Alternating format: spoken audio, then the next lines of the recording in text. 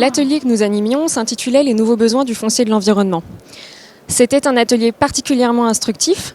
qui a permis de mettre en avant le fait que les différents acteurs s'intéressent de plus en plus aux enjeux de préservation de la biodiversité et aux différents enjeux environnementaux. Et il y a une véritable problématique de préservation de la biodiversité, mais également de lutte contre l'artificialisation des sols.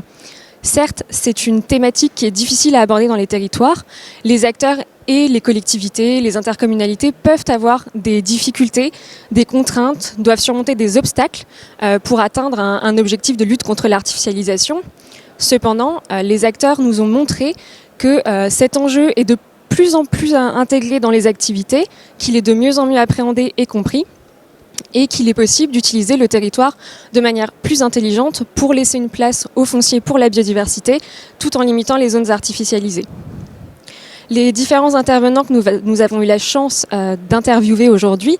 ont explicité quelques solutions qui peuvent être mises en place, et les débats que nous avons eus au sein de cet atelier ont permis d'enrichir les solutions, c'est-à-dire qu'il est possible de mettre en place donc, de la planification territoriale pour l'anticipation, qui est nécessaire pour la mise en place de la séquence ERC pour sa bonne application,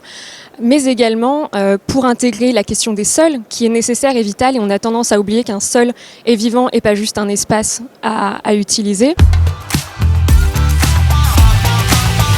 L'IPBES, qui est le GIEC de la biodiversité, a expliqué dans son rapport en 2019, donc qui est sorti cette année, que l'artificialisation constitue l'une des 5 grandes pressions sur la biodiversité.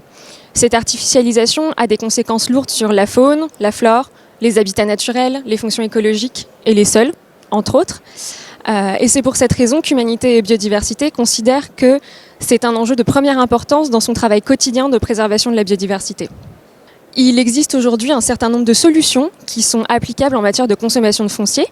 On peut parler de la densification, de la réhabilitation des friches, de la rénovation des bâtiments, de la rénovation thermique, de la mobilisation des logements vacants, de la fiscalité. La tenue de ces premières assises donne une dimension forte à la problématique du foncier, et nous espérons que par la richesse des débats et des ateliers, des pistes de solutions émergent sur lesquelles les acteurs pourront s'engager dans le futur. Mais nous espérons également que ces premières assises donnent une impulsion forte aux politiques publiques pour qu'elles fassent plus de place au foncier pour la préservation de la biodiversité, mais aussi des politiques publiques qui mettent en avant la lutte contre l'artificialisation des sols comme un véritable objectif.